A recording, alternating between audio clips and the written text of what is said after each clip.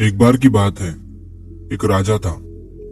उस राजा का राज्य बहुत ही छोटा था और उस राजा के पास ज्यादा सिपाही भी नहीं थे। तो उसे हर समय ये डर रहता कि कब किधर से कोई उसके राज्य पर हमला कर दे। तो एक बार वो राजा जंगल के रास्ते से अपने महल की तरफ जा रहा था।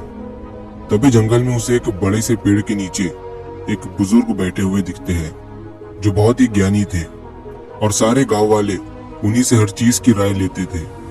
राजा अपने घोड़े से उतरकर उन बुजुर्ग आदमी के पास जाता है और उनसे कहता है कि आप मुझे कोई ऐसा तावीज दे दीजिए जो मुझे बुरे वक्त से बचाकर रखे।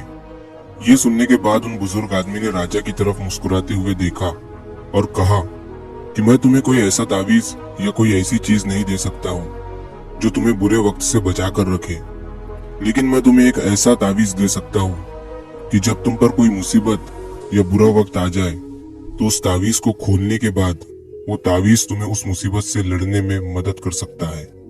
लेकिन याद रखना, इस तावीज को तभी खोलना जब तुम पर चारों तरफ से मुसीबत आ चुकी हो और तुम्हारा समय बहुत खराब चल रहा हो और तुम्हारे लिए सारे दरवाजे बंद हो चुके हो। तब तुम उस तावीज को खोलना, तुम्हें उस मुसीबत से लड़ने की हिम्मत मिल जाएगी। राजा उस तावीज को लेकर वहां से चला गया। कुछ समय बीतने के बाद उस राजा के राज्य पर कुछ लोगों ने हमला कर दिया। राजा को पता था कि ये उसके साथ एक दिन जरूर होगा। राजा ने अपने सैनिकों को तैयार किया, लेकिन उस राजा के पास ज्यादा सैनिक नहीं थे और इसीलिए वो ये जंग हार गया। लेकिन किसी तरह से राजा एक घोड़े पर बैठकर वहां से अपनी जान बचाकर भाग निकला और वो जंगल के अंदर एक गुफा में जाकर छुप गया। लेकिन उसका पीछा करते करते कुछ सैनिक भी उसके पीछे आ गए। अब वो राजा गुफा के अंदर छुपा हुआ था और उसे सैनिकों के कदमों की आवाज आ रही थी। अब उस राजा के पास कुछ भी नहीं बचा था, सब कुछ खत्म हो चुका था। तभी उसे उन बुजुर्ग का दिया हुआ तावीज अपने गले में नजर आता है। उसने बड़ी ही उम्मीद के साथ उस तावीज को खोलकर देखा। उस तावीज के अंदर उसे एक चिट्ठी दिखी जिस पर लिखा हुआ था कि ये वक्त भी गुजर जाएगा।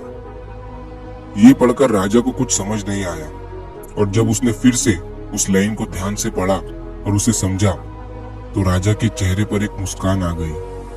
मान लो उसे कोई सहारा मिल गया हो। और फिर उस राजा ने एक गहरी सांस ली और उसने उन सैनिकों का मुकाबला किया और वहां से बच निकला और दूसरे मुल्क में जाकर फिर से उस राजा ने अपनी सल्तनत कायम की।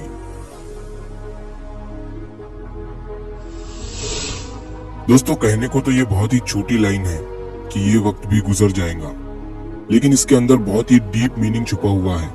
और जब भी आप कोई मुसीबत में फंस चुके हो, बहुत सारी परेशानी आप पर आ चुकी है, चाहे आप पर बहुत सारा कर्जा हो चुका हो, आपके पास काम नहीं है, आप मेहनत कर रहे हो लेकिन आपको फल नहीं मिल रहा है और आपको कोई रास्ता नजर नहीं आ रहा है, तब ये लाइन खुद को बोलकर देखना। आपको एक सुकून मिलेगा और आपको ये फील होगा कि जाने दो, आज जो भी मेरी कंडीशन है, कितना भी मेरा वक्त बुरा चल रहा है, लेकिन कल, परसों और एक ना एक दिन ये वक्त भी गुजर जाएगा और तभी आपको उस मुसीबत से निपटने की हिम्मत मिल जाएगी।